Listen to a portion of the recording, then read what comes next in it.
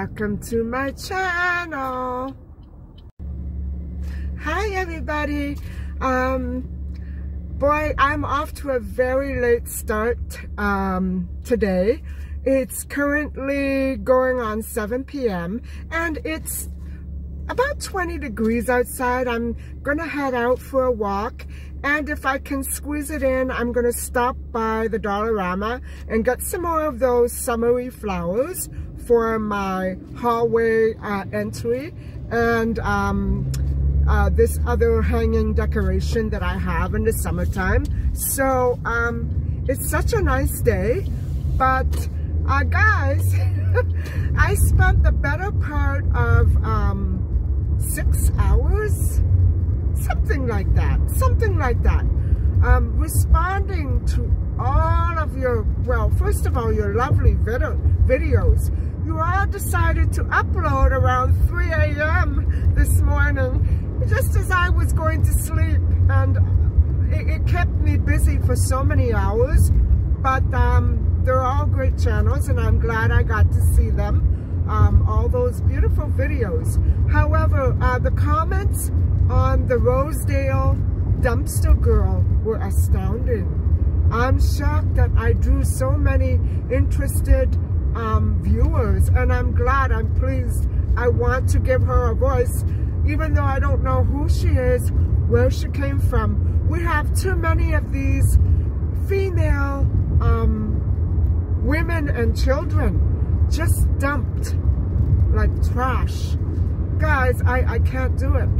I can't do the women. It's too many. It would keep me going for decades. There aren't enough hours in a day, years in a century. I can't do it. There's too many. But I'm going to keep up with this content for children. And you know, it's so plentiful. And yesterday, guys, I lost an entire day, you know, of filming. Although the weather was terrible, I couldn't go out and do anything. I did actually get an awful lot done. I did all of my living room curtains and windows. It took me from about 1 p.m. to 10 p.m. to finish that room. I dusted, I vacuumed, I washed the drapes, I hung them back up, I cleared away the table, I put away all those, I don't know what you call it. I had a lot of clutter in there. And so what I did was I found a space for everything. I cleared out my buffet. I didn't polish it, but I polished the other furniture. Guys, the windows were pretty clean except for one of them, the first one that I showed you. That was embarrassing, but I wanted to show you what I cope with. I don't think I did that window ever. I must have forgotten it when I did the windows 2 years ago. I must have forgotten it. I don't know what to say. Anyway, I'm heading out. I'll catch up with you later.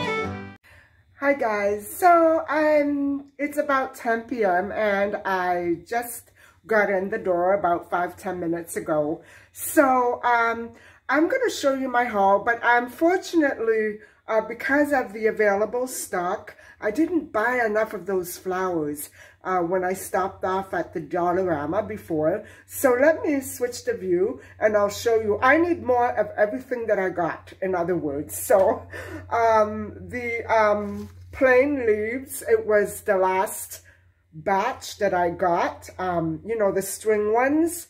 And I need to go to the other Dollarama. So, but the other Dollarama doesn't have the other one. Okay, let me just show you what I got. So, this is what I'm talking about. I got the one stem of leaves for my vase.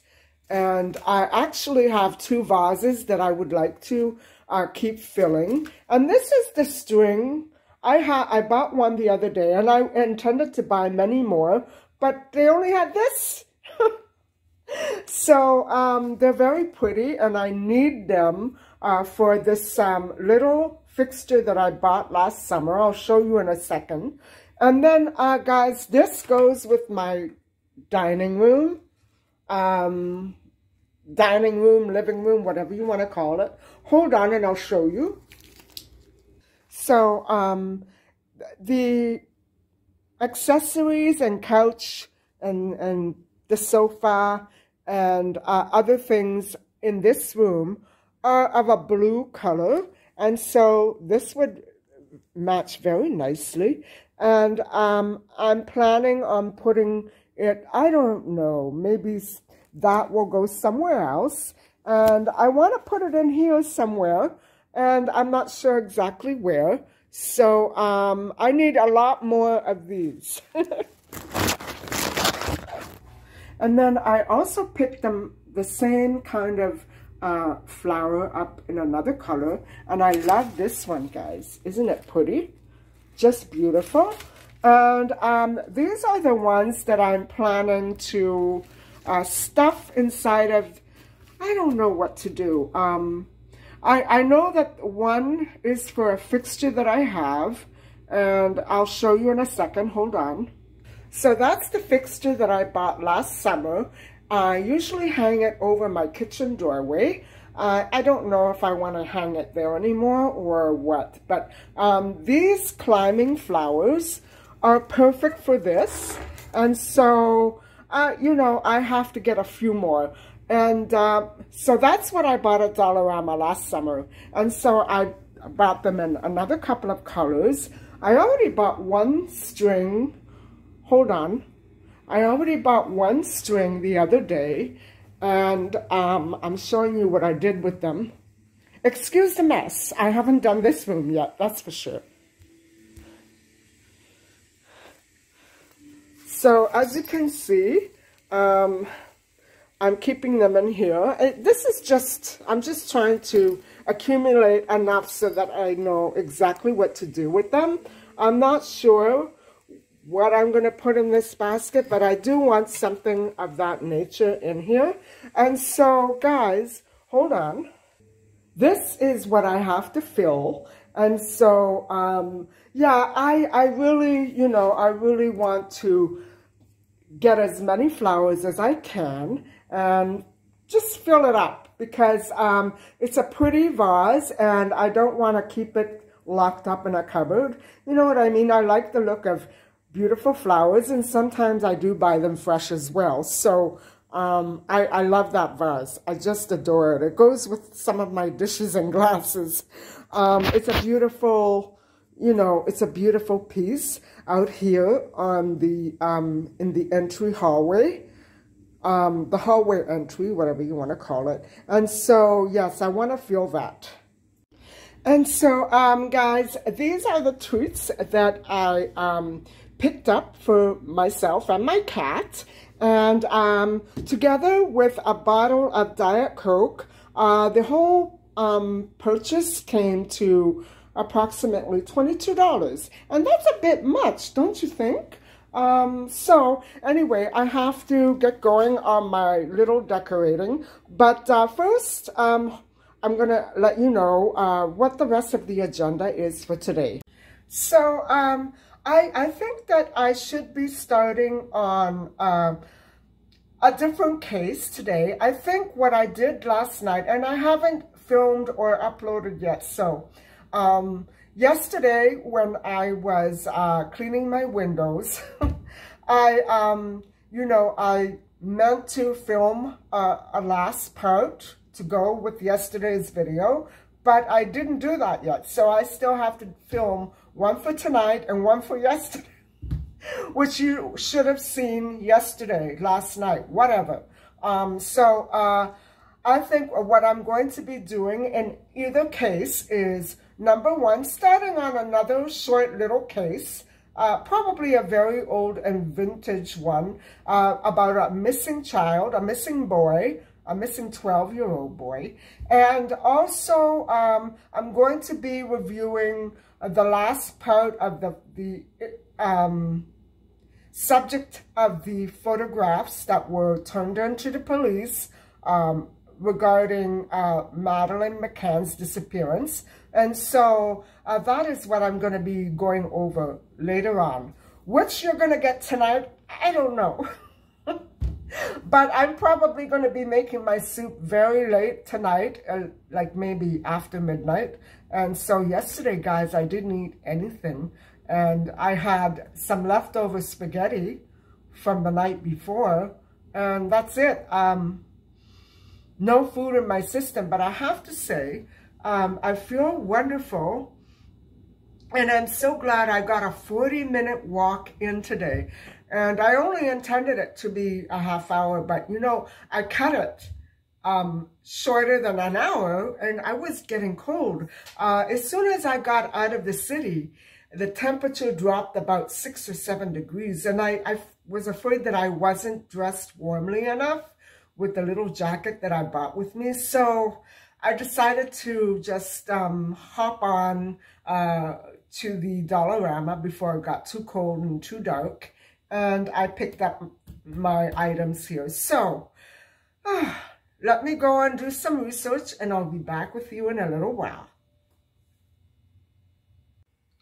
Hi guys, so it's after midnight here, and I think I'm going to be so late just because I took today off to wash all the windows and the curtains. Okay, so anyway, that was yesterday, not today. See, I don't know whether I'm coming or going. Anyway, I am going to start a new case, and I think it's going to be a one part story, because I want to get it over with quickly. But if I see that it's going into too much time, I'm going to make it into 2 parts. And I'm sorry that it's a little disorganized, but it's such an interesting and mysterious case. And it reminds me very much of the Cheryl Hansen case, because this little boy, Robbie Brown, disappeared in 1968. I was a small child, and that's how long he's been missing. I don't know what happened to him. So let's just get right into the story and see how far we can take it into to the end, hopefully to the end. And so, okay, it was a very, very warm summer afternoon on August the 3rd, and I'm not sure if it was a Friday or a Saturday. You know what I said about those weekend disappearances? Many children go missing on Fridays and Saturdays. Well, this is one of those weekends for sure. And so it progressed as any other beautiful summer day of 1968.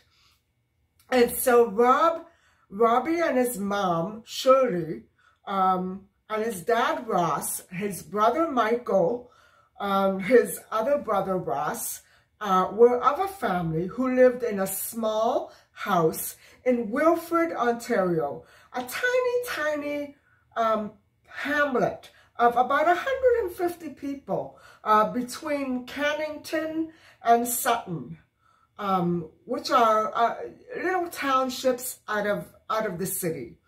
And so Ross Sr. had moved his family from Toronto to this tiny agricultural community because he felt it would be safer. And they had a new baby that just came, little Catherine. And so Shirley was, the mother was only 16 years old when she met Ross Sr.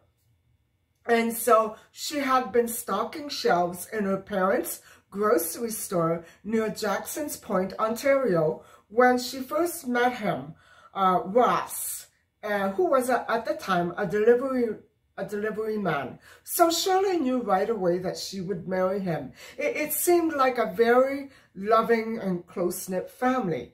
And so Robbie was the firstborn, and Ross Jr.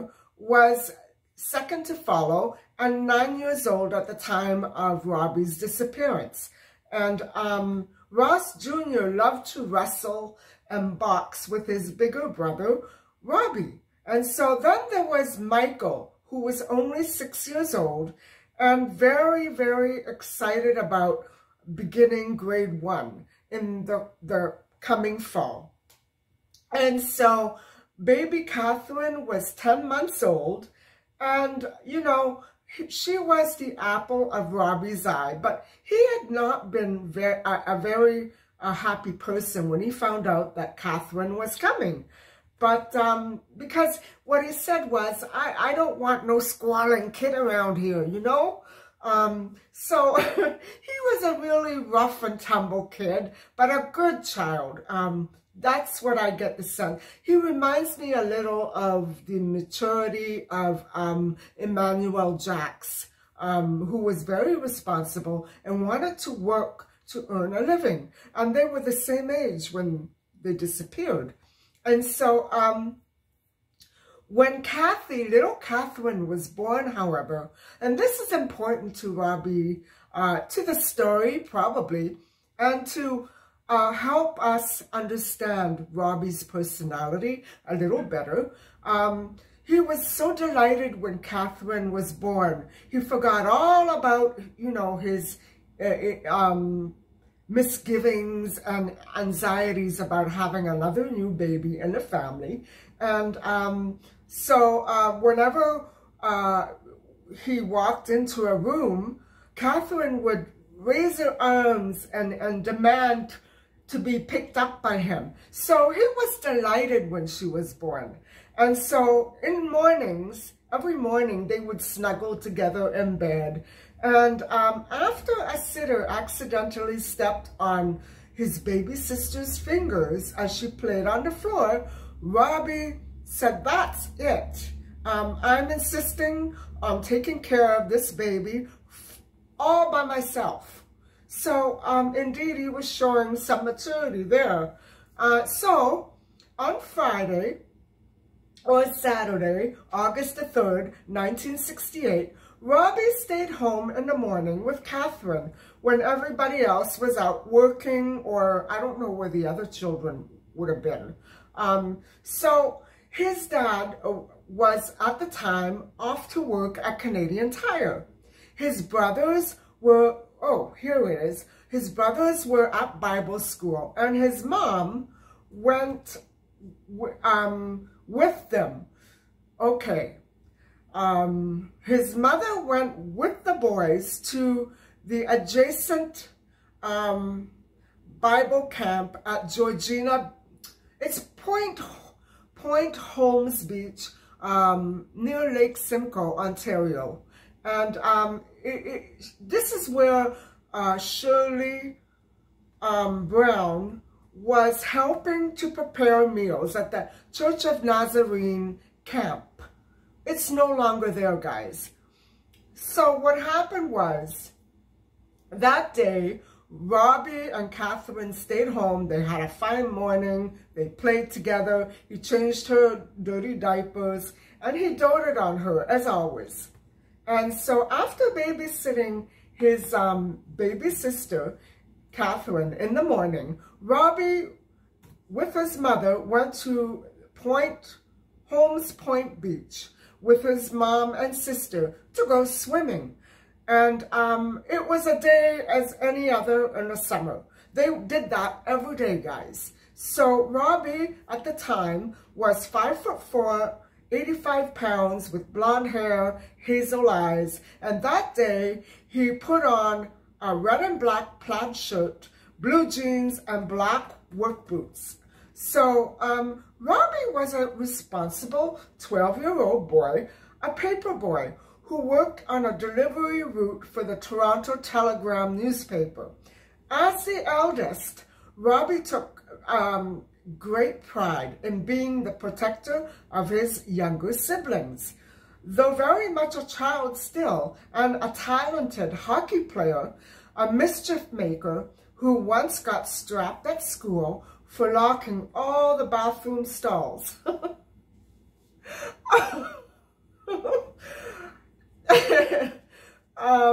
He was still considered to be extremely mature and very responsible. And so, guys, there are two diverse versions circulating about the destination points of this missing 12-year-old boy. So when Shirley came home from work around early afternoon, the three of them, Catherine, Robbie, and Shirley, had a lunch, a light, quick lunch, and then it was off to Holmes Point Beach, just like every other summer day in 1968. So it was a lazy, idyllic, and perfect day. They had ice cream, played until it was time to go home and start supper. However, in another version, when the Browns do finish their swim at about 4 p.m., they kind of intend to head to the Nazarene Camp for dinner. And probably that's where the younger boys were. So I'm confused here. I don't know if they were intending to stay at the camp or just pick up the boys. Something here is screwed up. I know that Shirley went there and perhaps to pick up the boys. And so what happened was, guys, when they arrived at the Nazarene Camp where Bible school was for the younger boys, Robbie had changed his mind, and he told his mother he would head home after delivering the papers on his route. So it was a typical 6-home route in Wilfrid, Ontario. And we have to talk about the route. So in a few seconds, Robbie walked away from the Church of Nazarene Camp, then on 4751 Pefferlaw Rd, Railroad 2, Pefferlaw, Ontario, in Georgina or Pefferlaw or Brock, Ontario, near Lake Simcoe, where Cheryl Brown volunteered as a cook. So I'm beginning to get a strange double story here. Was she going there to cook? Was she going home to cook? Was she trying to do it all? And of course, she was obviously very distracted and had children everywhere. She had children at Bible school. She had a little one with her after Robbie went out to deliver the papers. And so the walk from Nazarene Camp to their home in Wilfrid, Ontario was about 2.9 kilometers, or about a 35-minute walk. But don't forget, he still had to deliver his papers. So I'm thinking those 6 homes in between would have been the route that he took to deliver those papers. So For 2 years, Robbie had delivered the Toronto Telegram to 6 customers. So it was a very small span of homes. And he had been doing it, guys, for 2 years, since he was 10. So every afternoon at 4, he would do the same thing. And so that day was no different. He told his mom he was going to walk the mile or so home to do his paper route. And that would have been very typical. You know what I'm saying? It wouldn't have been anything dangerous or difficult or complex. You know what I'm saying? So Robbie told his mother he would head home to Wilfrid, a tiny hamlet, minutes southeast of Pefferlaw. And how many minutes is important because the area right there by the Church of Nazarene Camp is surrounded by major bush. That would be very close to the Holmes Point Beach area. So they must have been almost close to each other. And then the home was a little further out. So Pefferlaw Rd, Pefferlaw, Ontario, the Pefferlaw Township, Ontario, Canada, is, to be exact, 1.63 miles or around a half-hour walk to Wilfrid, or a 3-minute drive. In any case, I don't think Robbie managed to get very far, or even halfway, since that area surrounding his starting point is completely engulfed in bush or forest. And it's visible from the map, even though it's almost impossible to pinpoint it on Google. Nothing comes up. I had to really scrounge. It looks as though it's completely surrounded by forest. And, you know, the major intersections would be Lakewood Ridge Road, near Lake Simcoe, and my friends, my dad's oldest friends, do have a home, a secondary home up there, and I had been visiting it ever since I was a child. So I'm familiar with what the area, the surrounding area looks like. And it's, at times, and in certain spots, it can be quite remote, although it's been developing quite rapidly in the last decade or so. I can imagine in 1968, which is, I was still going to Lake Simcoe in 1968, it would have been quite remote, quite remote. Those 6 homes must be completely surrounded by now. The major intersections would have been Lake Ridge Road and Regional Road 12.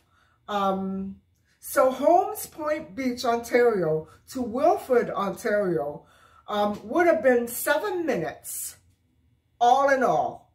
I got different variations. It would have come to just over about an hour's walk. So I guess it really depends on which, like if it was going directly across, it would have taken him much sooner, but I don't know exactly which way he went, you know, which route he decided to take. But if he went from those intersections that I mentioned, it would have been over 1 hour, just over 1 hour. Still, he would have been home in time for his dinner. So I'm going to leave a link below to Robbie's route home to Wilfrid, Ontario. And the directions and distance are calculated from Pefferlaw, Ontario to Wilfrid, Ontario. And so Cheryl or Shirley, I don't know which is her name, the mother, Brown never saw her 12-year-old son Robbie ever again. And Robbie, needless to say, never did deliver those newspapers. And so Robbie didn't show up for dinner at 6:30 or at 6:30 or ever. And so after, hold on guys. So at the time that Robbie was talking to his mother, the last time that he spoke to his mother, she reminded him that supper would be at 6:30 p.m. and that they would all meet at the dinner table at that time. So I'm wondering if there was any reason why she included this detail. And so he told his mother that he would be there.